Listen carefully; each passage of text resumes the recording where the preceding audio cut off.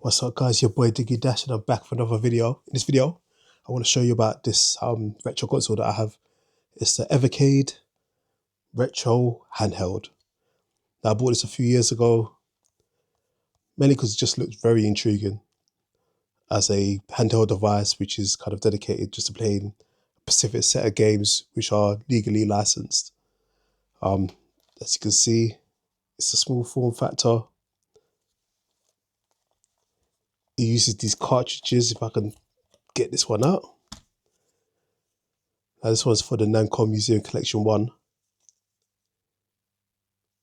Has a number right here, so I think there was a total of 10 cartridges and about 122 games that you could get for this console. And this is the Namco Collection 1. And you would simply just go buy them from their website or buy them from Amazon, stick them in your console, which is really tight, to be honest. And there you go. You can start playing your favorite retro games legally. Now, let's have a look at the device. So at the top, we have these two buttons right here, left, right, left shoulder, right shoulder button. We have a micro HDMI socket. So I've already got this set up already so that I'm going to show you what it looks like on a PC monitor. It outputs 720p to the monitor. The power switch, menu button, joypad, different buttons, select and start, speakers, volume controls, headphone jack, which is very useful. And it's also powered by micro USB, so it's obviously quite an old design. Everything's powered by USB-C nowadays. So yeah, that's basically what the console looks like. And you can pick these up used for about 40 or 50 pounds, or maybe $50, $60 in America.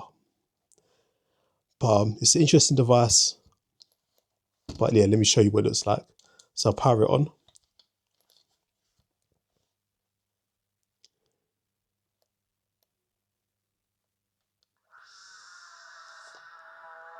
And these are the speakers on max, by the way. Oh, yeah, definitely max. It doesn't take too long to load. The screen is not the greatest. That's an LCD panel. And let me see if I can look up what the resolution was. Will it tell me if I have a look on... there you go. It's 480 by 272 pixels.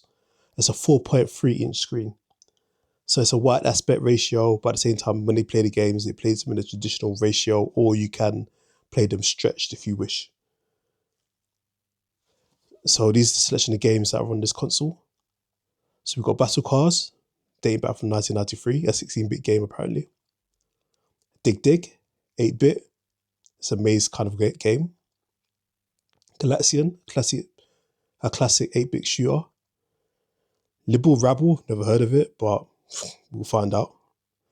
Mappy, again, I've not played this game. We'll find out a bit before my time, 1984. Mappy Kids, wow, it's a remix. 1989, it's a platformer, 8-bit. Metal Marines, 16-bit strategy game, 1993. Pac-Man, classic, say no more. Got Quad Challenge, some kind of racing game, 16-bit from 1991. Star Luster, never heard of it. 8-bit space simulator, we'll see how that goes. And Xavius, which is an 8-bit shooter. And it's 11 of 11 games. So that's the complete collection. What's really cool is that it shows you a screenshot as well as the box art. But that's about it. It doesn't really say very much aside from that. I wish that it had a little bit more information about the games that you bought for this console, considering how much it costs to package them up and have them in this format. But again, they're officially licensed, so whoever's making that money out of that license, more power to them. So yeah, shall we have a look at it on this, and then we have a look at it on the PC monitor? Let's see how that goes. So let's start with number 1, Battle Cars. These buttons they do send you through to the game. Let's go.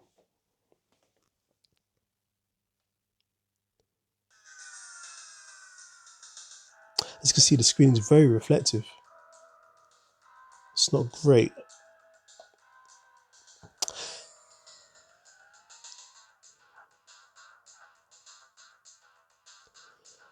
So the sound isn't amazing, but it's doable. It is loud. 1-2 players. I think what we'll do is we have a quick play on this, and then then we transfer over to the PC monitor because you have to see the screen a lot better there. Let's see what it looks like running in 720p. What's this? It started already. Okay. The music started, it never stopped. There was no pause. It just kept going. So, I mean, even though the screen isn't the greatest, it works. Obviously, it works, but it's not terrible. I'm speaking of terrible. That's what I'm doing in this game. Absolutely horribly. So now I'm stuck in a loop of just going round and round. Let's see. There we go. Oh my days. Anyway, let's go to the PC monitor and get a better idea of what this should look like. So it's very simple. HDMI, plug it in. If I plug it in the right way around, that is. I think it's going to reset the console. There we go. And then let's move you up. So yeah, now the sound's coming out of the PC monitor. It's all good. 1 player, we can't do 2 players. Select our car again.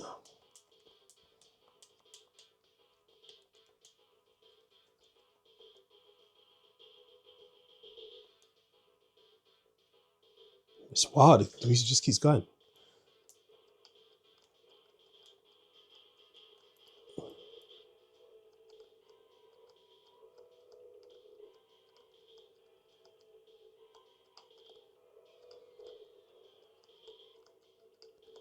Yeah, it plays all right. It's all right. Let's see how we can get out of this game. Hit the menu. You've got different save slots for the various games. Save state. You can load the state. You've got settings. Whoa, wait. You've got settings here. You can change the screen ratio to full screen. Original. So I'll leave it on original. And here you can also quit the game.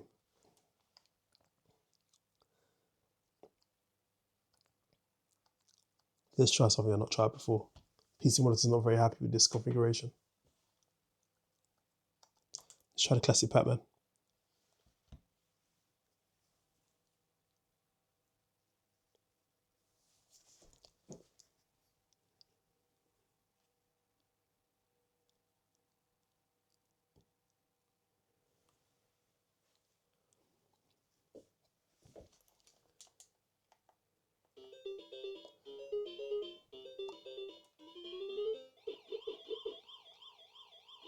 Where am I?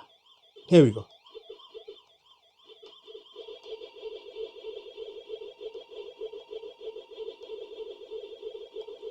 Man, this is such an assault on the ears,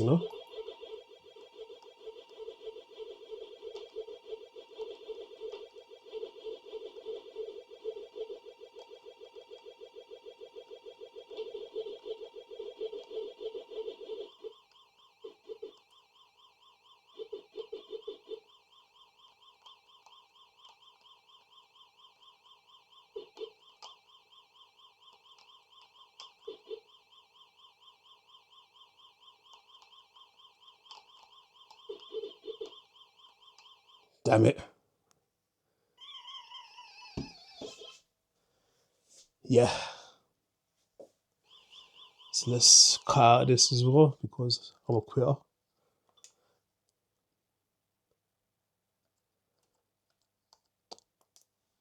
But no, I mean, all being said, no, this actually does play these retro games very well, which is understandable because these games could all be played on, could be played on my watch, could be played on one of these, smartwatch, because they don't require much processing power to emulate these games, nor do they require much space. But as a package, it is quite nice if you're into these kind of retro games. And they do have a whole selection of games with the Evercade cartridge selection. They have Capcom games and they have Capcom collections, and obviously they have Namco collections. So you have all sorts that you can get with if you want to. Whether it's the most cost-effective way of playing your favorite retro games in this format, probably not. There are better options out there. But let me just have a quick game of this. Let's see what it's saying.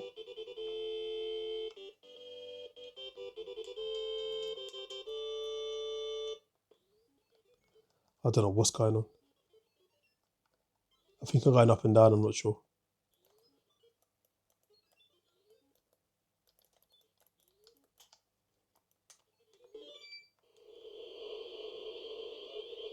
What is going on?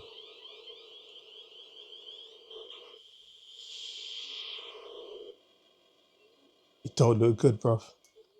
Am I going up, I'm going down, am I going left, am I going right? Man, I haven't got the patience for this. But in conclusion, if I can get out of this game, there we go. In conclusion, this is a retro console that I've had for quite some time, and I've never really there you go. The monitor's not happy. I've never really spent quality time with because, yeah, the games that it comes with didn't really appeal to me, and the plan was to always get better cartridges with the games that I kind of do want to interact with. But unfortunately, I never got around to doing that.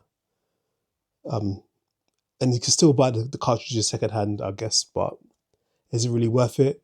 I mean, I have better options such as, if I could just show you stuff like the R36S Ultra, stuff like this, which does this better, more options, more games, cheaper, better screen. Doesn't have the same output, but we can make it work. So yeah, back to my conclusion. If you're really into retro stuff and you want to play these emulated games in a really cool format, this will definitely do the trick. You buy it secondhand, you can't buy it new anymore, and there's newer versions of this. However, if you're really into retro gaming, this probably is not the best way to do it if you just simply want to play the games. So anyway, guys, if you like the video, if you want to see more stuff like this, me reviewing some of my old stuff, my old tech, my old gadgets, let me know. Peace.